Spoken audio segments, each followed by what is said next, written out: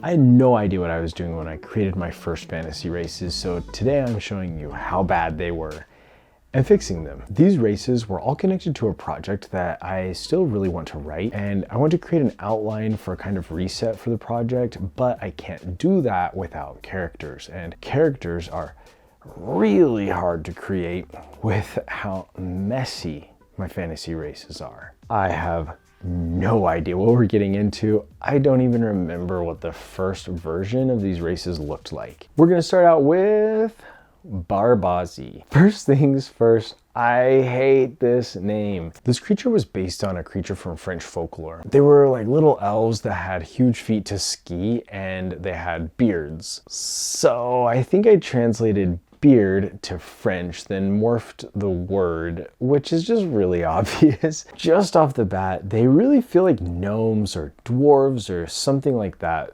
That's about as lame as if I created a horse and named it Kabayazi.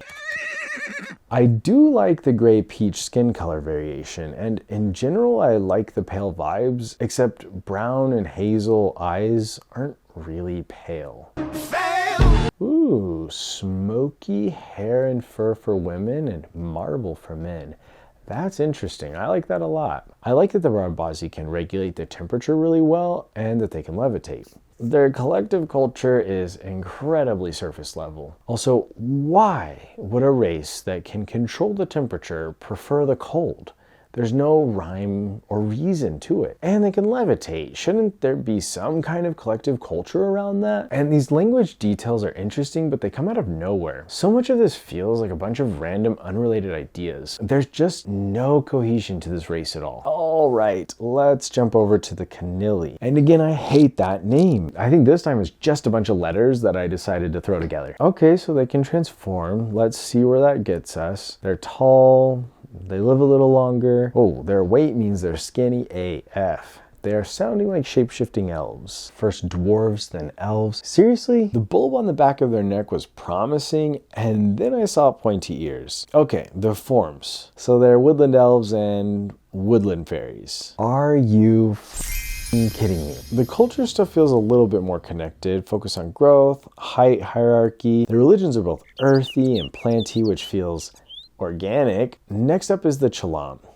Anthropoid, monogendered jaguars. Okay, something's happening here. You can tell I did some research on this. I learned what vibrissae are. Okay, we've got a whole thing about reproduction, which is needed for a monogender species. They have an interdependence with another species that brings spirits to the soon-to-be parent. I love this. I also like the body language detail here as well, that they communicate with their tails. A minor but very roastable detail here is that I have information about the government in this document, as if an entire race shares the same government. That just feels unrealistic and ridiculous. You can really tell which species I spent the most time on. And that brings me to my main roast for the three species together as a whole. Originally, I wanted to build a world inspired by Aztec and Maya cultures, and the Canili and Barbazi just aren't. The vibe is so off. As I rebuild these fantasy species, I'm going to have overall cohesion and Aztec and Mayan cultures in mind. If you saw the video where I worked on the magic system for this world, you'll know I'm doing some fundamental restructuring. I reset my magic system to be a traditional elemental magic system with a twist. I was also inspired by the book The City of Brass to create an intelligent race for each of my 4 elements. And I've done some light research into Maya and Aztec mythology, and I've come up with the starting ideas for my 4 different races. My water race is going to be based on the Mayan god of rain, Chak. The descriptions of Chak vary a little, but I'm creating a fictional race, so I can pick and choose. I'm going with humanoid, reptilian scales, tusks, prominent nose, and a tail. The race's eyes will be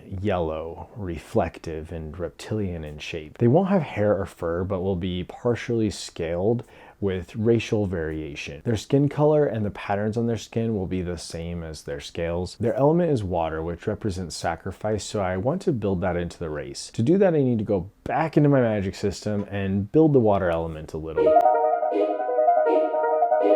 Back to the water race, I'm thinking they will have to make some kind of sacrifice in order to reproduce. This should have pretty epic ripples throughout their cultures, and I'm excited to take a deeper look at some point. Their unique family structure I'm basing off some quick alligator research. For their major societal divisions, the first one is going to be race/magic. How I'm looking at this is that because the race is connected to the water element, they can only do magic that includes water. My magic system is all about combining the elements, but the races are all single element creatures. But they will take on a different form depending on which new element they take on. So this species will have at least 3 races: a water-earth race, a water-light race, and a water-air race, and potentially a 4th water-neutral race. I'm going to build these differentiations later once I've gotten the elements themselves a little bit more concrete. I'm intrigued by the idea that there are societal divisions built around a level of sacrifice.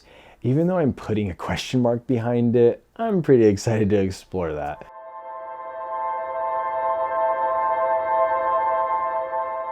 This next species is earth-based, and this is where things get strange because it's inspired by a tree. Not trees in general or a type of tree, one single tree. There's a story in Maya mythology of a god who has his head hung on a tree. He spits on a girl, I think on her hand, and surprise, she has twins, who later go on to defeat the gods of the underworld and become the sun and the moon. You'll see some of this show up in their creation mythology, but I want to build it into the species as well. This species will be vaguely spider-like in shape with bark-like growths. They're gonna have long lives. Wait a minute. The Canili were forest-based and had long lives. Yep, my woodland elves and fairies have become tree spider creatures. I have no idea how this will play out in my novel, but I'm so excited. Anyway, back to building. Their eye color is going to be age-related, not genetics-related. Instead of skin, they'll have a bark-like carapace. I want to do something with the fruit this tree has, or I guess the head of that god. So I'm thinking maybe they carry their eggs on the outside of their bodies or something. I'm seeing this race as being pretty focused on and advanced in communication. The idea is inspired by their element, earth, which represents thought, as well as a tree's ability to spread roots, seeds, leaves, etc. I also like the fluidity of their family structure. It feels very different from the chalk-inspired species and built into their physical natures.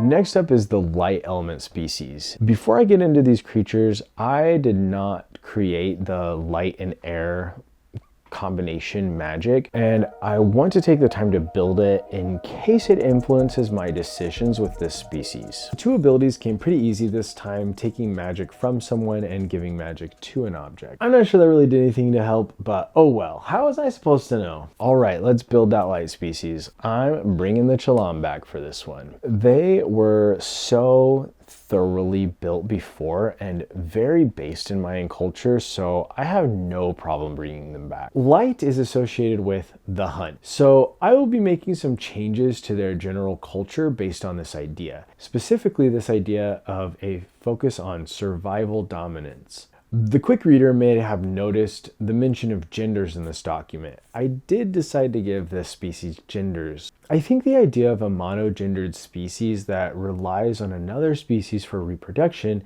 fits better with the tree species, and that idea will probably go to them.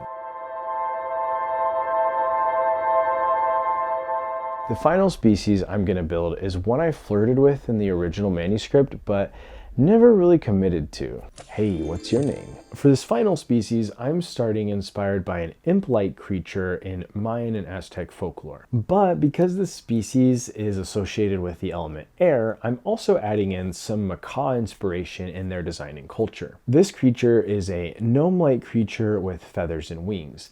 They have claws for feet, but arms with both wings and hands. And they're extremely short. Their element, air, symbolizes force, so I've built them to value struggle more than success or comfort. I'm loving the ideas I'm coming up with around struggle, like a struggle religion and fighting style or difficulty as a class division. I'm a little worried these creatures will turn into a gag reel, so I'll have to be careful as I build them and as I write them. In real life, these imps seem to blur the line between mythology and reality, kind of like the Elf on the Shelf and Santa Claus, but in a more impish way. So I wanted to build that into their culture, blurring the mythology and reality so intensely that it will be hard to tell what actually is mythology and what is real.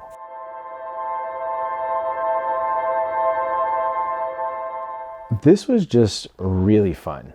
Y'all could unsubscribe, dislike the video, and leave me all kinds of hate comments, and I'd still probably just keep going down this track. But for real, I hope you guys are enjoying this style of video and stick around for the ride. Next up, I will probably be taking a look at my original outline for the novel. I'm also planning to show you guys the fantasy races, species, whatever, in the fourth wall. While you wait for that, you can check out more information about the fourth wall by clicking the link in the description.